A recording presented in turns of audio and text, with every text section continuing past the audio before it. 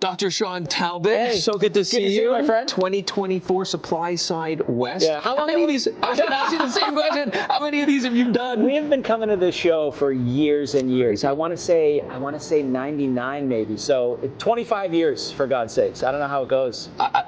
Not quite that long for me, about 20 years, but it goes way back. I mean, I remember when it was hot, like, there's a few thousand in attendance, and this is not open to general consumers. This is industry only, right? I'll tell you what, my first show here, I made the mistake of trying all the samples. You go around to all the different booths and people have samples of their different products, and got dystopia. I made a mistake, and I've learned. Now I pace myself. Bring it home. Right, I'm with you. Well, and speaking of which, we're always on the hunt. You as a nutritional biochemist, myself to try to bring back to my clinical practice, and other reasons, of course, but for best in show ingredients that have not only stood the test of time and why, the science behind them, but newcomers. Right. Well, and in the world of supplementation, specifically the ingredients that supply the consumer-facing brands that are out there and available over the counter at health food stores and drug stores and so forth, whether you're a hyper supplementer like us or not, people are now more attentive or more, let's say, understanding of the concept of stacking. So one ingredient on top of another. Right.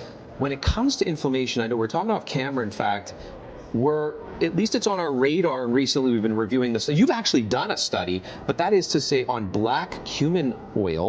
And black seed oil. Black seed oil, right? Black seed oil, and the active thymoquinone.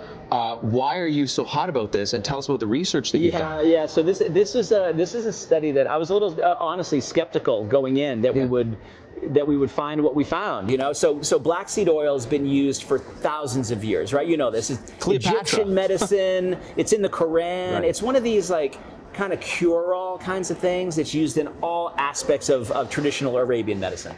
And so you look at it and you go, well, it's an oil. It probably has some anti-inflammatory, balancing kinds of effects. That makes sense. But going back to what I just described, like these pillars of biochemistry, if you can balance inflammation, what else might you see as a cascade from that? And so we did a clinical trial where we took athletes and we stressed them by having them run a marathon. Usually what happens during that situation is their immune system gets suppressed, their inflammation goes up, they catch a cold, they get a sore throat, a cough, an upper respiratory tract infection, and we found that ThymoQuin could help with that, right? So this standardized black seed oil helped the immune system, less upper respiratory tract infections. It helped the inflammatory cascade, but what we also found is it helped the microbiome. There are positive changes, and whenever you feed yourself something, you're also feeding it to your microbiome. So we saw benefits there, and that was probably the source of some of the immune system benefits. But we also found reductions in cortisol. So there was this overall anti-stress effect, and we actually don't know, was the ThymoQuin having the effect directly on the adrenals, or was it having an indirect effect that the overall stress load on the body was lower because inflammation was better and microbiome was better and immune system was better? You see how it all sort of fits together? And I look back and I go, wow, those Egyptians knew what they were doing, way back in the day. They were building pyramids, so they were working their butts off, literally. And you and I have done like crazy long distance races, eco challenges, you more than me, and we both know what marathoner's gut is. Like, I mean, that is a terrible. So, and the other thing about this sort of like indirect, direct mitigation, GALT, just quickly to unpack that for a sec, gut-associated lymphoid tissue, 80% of our immune system, they say, is unraveled within that, right? And that cytokine mitigation, so the inflammatory signaling that happens between the interlumen of the gut wall and even the brain-gut connection and that relationship to cortisol.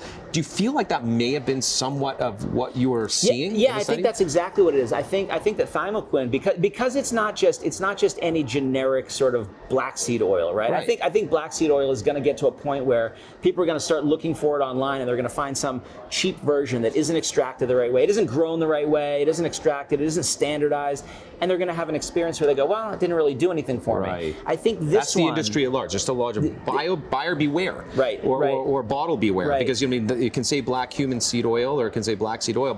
And actually, let's stick on that for a second. What does a consumer need to look for on the bottle? Right. Well, I think what they need to look for is what was used in the clinical trial. Right. So we used one specific brand called ThymoQuin. Okay. That one is 3% thymoquinone. That's one of the key bioactive ingredients.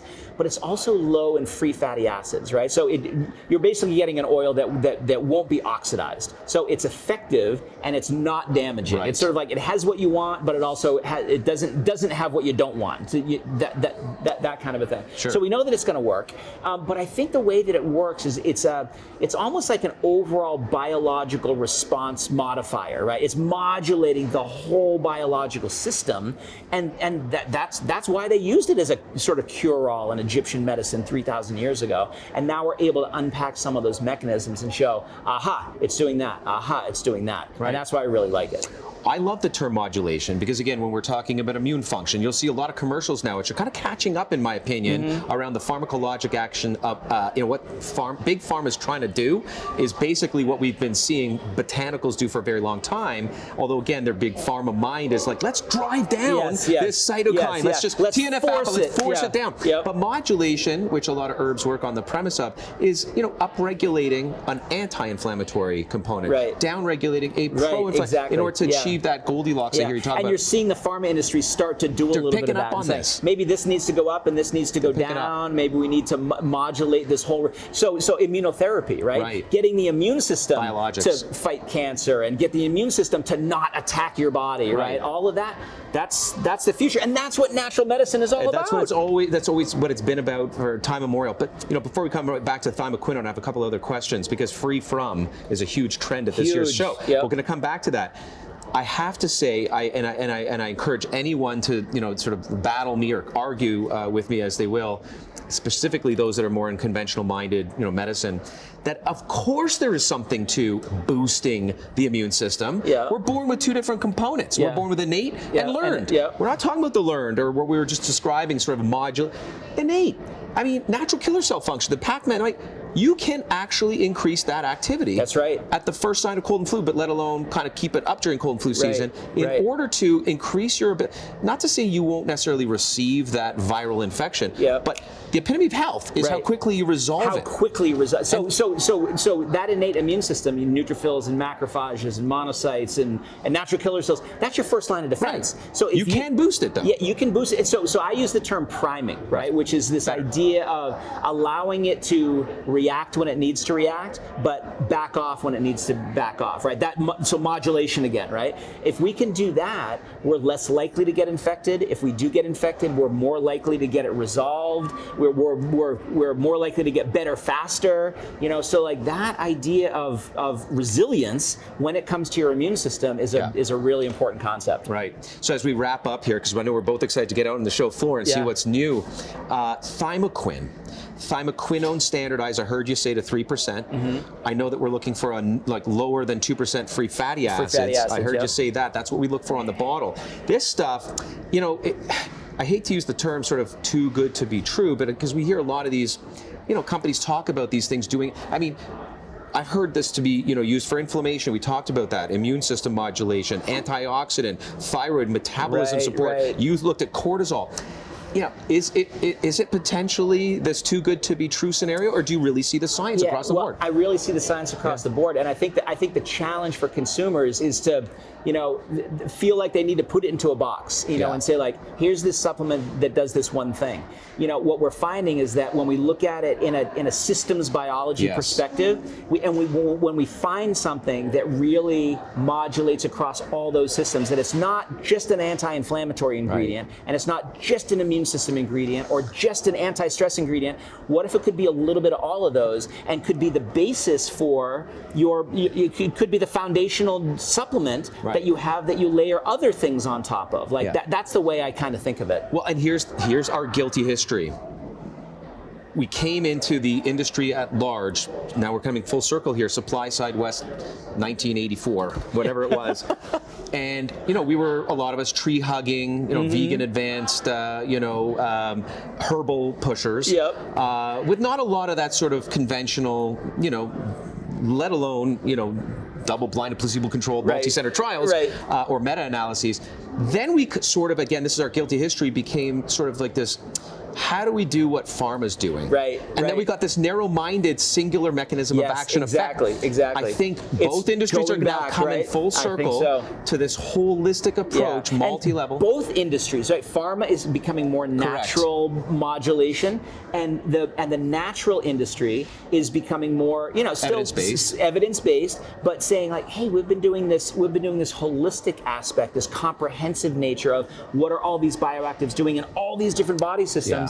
That I think is the future. And It's then the magic. we could talk about AI and how machine learning is going to help us learn all these different moving pieces in the future. Wow. You're doing it already with DNA. Oh, well, we are, and especially as it relates to the microbiome, because unpacking that. Yep. The DNA analysis, PCR analysis around the variations of. I mean, it's about diversity down there, but I mean, understanding what has conferred benefit in the human gut. That's just a huge ball of wax, to melt. That could be a whole other conversation. We will.